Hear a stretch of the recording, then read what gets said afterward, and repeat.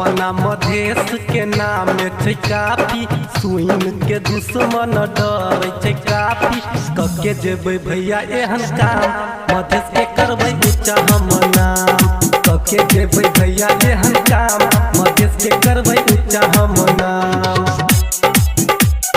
कके जेबै भैया एहन काम, मधेश के करबै ऊंचा हम नाम। डीजे उमेश सुखीपुर बाजार।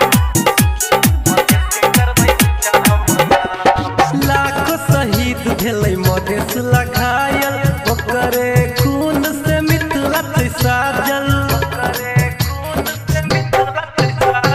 लाखों शहीद भेलै मधेश लगायल, ओकरे खून से मिथिला छै साजल। सबसे छै अपन मिथिला सुंदर, वीर समायल छै एकरा अंदर। कके जेबै भैया एहन काम, मधेश के करबै ऊंचा हम नाम। कके जेबै भैया एहन काम, मधेश के करबै ऊंचा हम नाम। कके जेबै भैया एहन काम, मधेश के करबै ऊंचा हम नाम। डीजे उमेश सुखीपुर बाजार।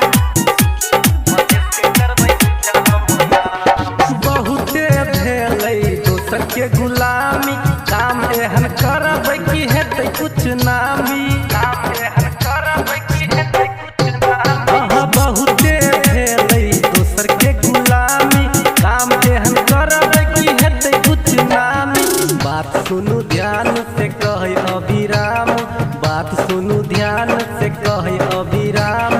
कके जेबै भैया एहन काम, मधेश के करबै ऊंचा हम नाम।